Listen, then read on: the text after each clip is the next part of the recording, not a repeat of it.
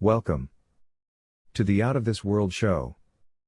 7 Goddesses of Ancient Egypt and Their Stories. Number 7. Maat. Maat is the winged goddess of equity of Old Egypt. Maat is the winged goddess of equity since she can cover her arms with feathers. As a result, she holds an important part within the afterlife's judgment of the dead. Indeed, within the custom called the weighing of hearts. Maat withdraws one of her quills and places it on a scale to balance the heart of a dead Egyptian. The contrast in weight between the Maat's quill and the dead's heart will decide the fate of the soul to which the weighed heart belongs. Since a Maat feather is amazingly light since it may be a quill, the dead's heart must not be weighed down with as well numerous sins for the scale to be balanced.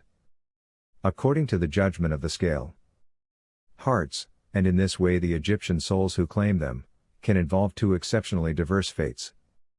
In the event that the heart is light, the scale of exemplary nature don't tip to the side of the heart. For the feather is heavier or as overwhelming as the heart, the soul is hence a great one. In this way, the soul and its heart can go to the heaven of Osiris, where a simple and secure life is standing by them. On the off chance that the heart is as well overwhelming since it is weighed down with sins and wrongdoings, the scales of equity tip to the side of the heart. The soul to which the heart has a place is found blameworthy of fiendish deeds. That soul is at that point eaten up by the soul eating up goddess Ammit. A soul so eaten up is denied of unceasing presence within in the future, which is the most prominent dishonor possible for an Egyptian. Number 6. Sekhmet. Sekhmet is the goddess of war and the desert. It is she who was sent by Ra on soil to crush humankind, to rebuff it after it has not regarded the sacrosanct laws announced by Ra.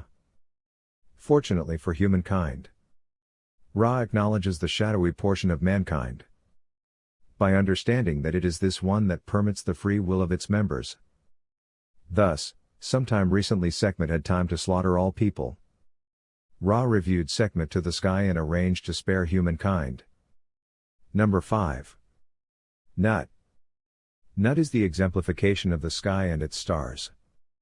The goddess appears as a bare blue lady being carried by her spouse, Geb, the god speaking to the soil, who carries her since the soil, level agreeing to the old Egyptians, is continuously underneath the sky according to the religion of the old Egyptians. Within the starting, there was as it were a sky of obscurity, a purge of all things, confronting an interminable sea. After numerous contacts between the haziness and the sea, to begin with shape of life risen, Autumn. Since Autumn was not solid sufficient to make life on his claim, a divinity made himself to assist him, the falcon sun god Ra. Ra blended concordantly the obscurity and the sea, to deliver life to the primary combine of divine beings, Shu and Tefnut. Number 4. Bastet. Bastet, or Bast, is the cat-headed goddess of all that's wonderful. Bastet is one of the few Egyptian gods to have a city named after her, Bubastis. In Egyptian mythology, Bastet guards the sun god Ra as he navigates the underworld. Indeed, since the world is level agreeing to the old Egyptians, each night Ra, who carries the sun on his head, must bring the sun from west to east to light the world. For an unused day, the sun rising within the east, however, when Ra passes through the underground domain underneath the assumed level soil, he is assaulted by the fiendish monster serpent Apep, whose reason is to eat up Ra and the sun. Hence, Bastet battles each night against Apep so that the world will not be denied of the sun for endlessness. Number 3. Hathor. Hathor is best known as the spouse of the falcon-headed god Horus, who will take back Egypt from the fiendish god Set. Hathor is the goddess of cherish, delight, and magnificence. The goddess is as often as possible portrayed with horns holding the sun between them.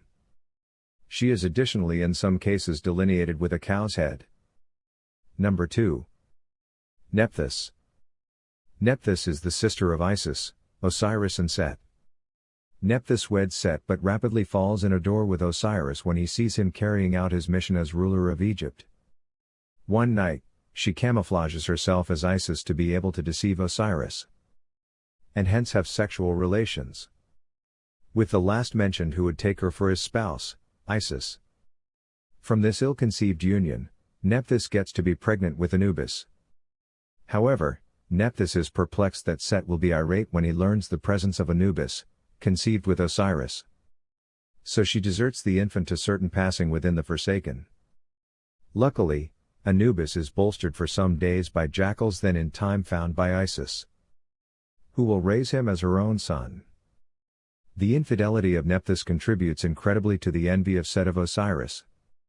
In this way, Nephthys participates indirectly in the future kill of Osiris by Set, which is able to take out a long time after his infidelity. Number 1. Isis. Isis is likely the finest known Egyptian goddess of antiquated Egypt. One reason for her notoriety is her part in the popular myth of Osiris. At the start of this myth, Osiris ruled Egypt nearby Isis. Invested with excellent honesty and predominant insights, Osiris at first succeeds in bringing peace and success to Egypt. Be that as it may, the brother of Osiris and Isis, Set, plans to kill Osiris since he is colossally desirous of Osiris. Thank you for watching. Now please like, subscribe and share, for more of the Out of This World show. And check out our store, located in the top right corner of our channel.